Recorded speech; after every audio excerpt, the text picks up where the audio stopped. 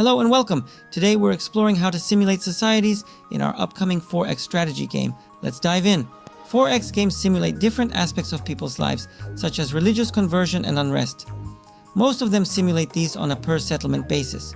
For example, in Civilization V, religious conversion is calculated per city using pressures from neighboring cities as an input to its mathematical formula, resulting in an overall change in the number of followers.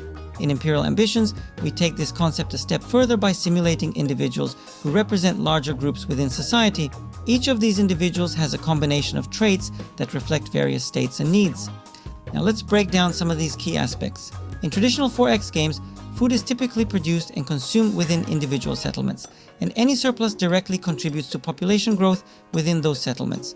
However, in Imperial Ambitions, food production and distribution is managed on an empire-wide scale. Each town's logistical connection to the empire network varies, influencing its efficiency and contribution to the overall food supply. Without this connection, even sufficient food production holds limited value as it cannot contribute effectively to the empire's needs. In Imperial Ambitions, hunger is simulated on a per-citizen basis. If citizens do not receive enough food, they become hungry. If hunger is not addressed promptly, it escalates to starvation within a few turns.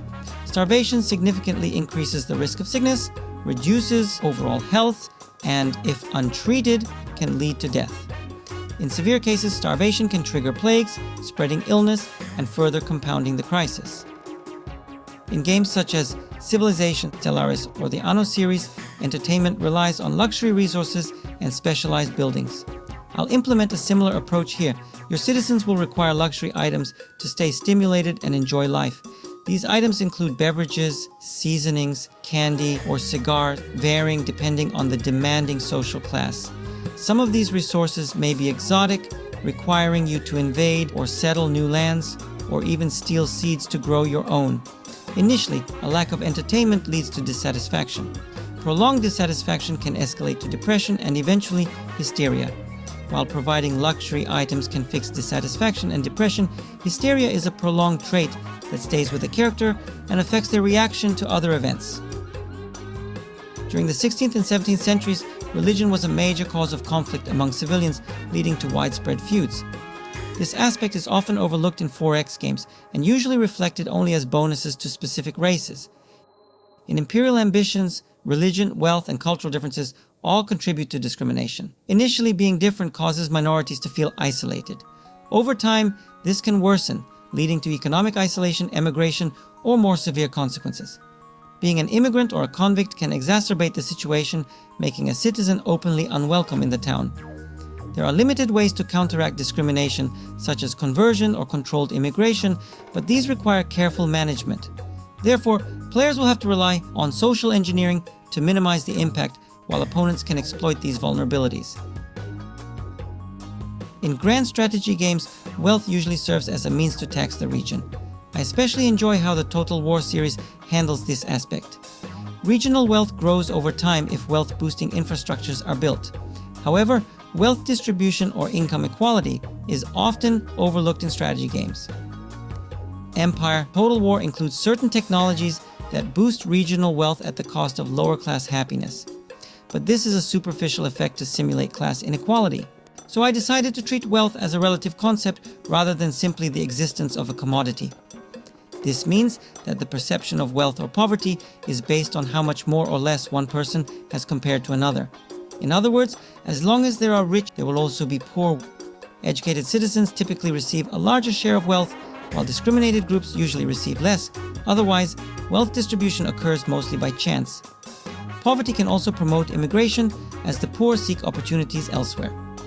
The player can help the poor by increasing local production, maintaining trade routes, and fighting crime. Decreased productivity, growth, and rebellion are common outcomes of unrest in 4X games. However, since Imperial Ambitions is simulating each citizen individually, it allows for a greater variety of outcomes. A combination of hunger, poverty, and dissatisfaction can cause citizens to protest, strike, and then riot. I implemented 3 outcomes to a riot. Citizens might blame the wealthy and vandalize their property. This will stop the riot for a while, but increases overall poverty. Another outcome is the formation of a rebel militia, which will roam the campaign map and attack until they take over the town or are vanquished. The worst outcome is when rioters blame the discriminated, leading to massacres. This event calms the riot down, but results in an immediate loss of life. You can send soldiers to dissipate the riot, but the unrest will continue once they leave. You might need to keep them in town until conditions improve. Here is a summary of the states and interactions of citizens in Imperial Ambitions. Which interaction do you think is the most innovative, or what interaction would you like to see in the final game? I'm particularly eager to hear your insights on how people react to hardships, form relationships, or hold grudges, especially during the Renaissance and Reform periods. Feel free to comment, like, and subscribe to stay updated about our game.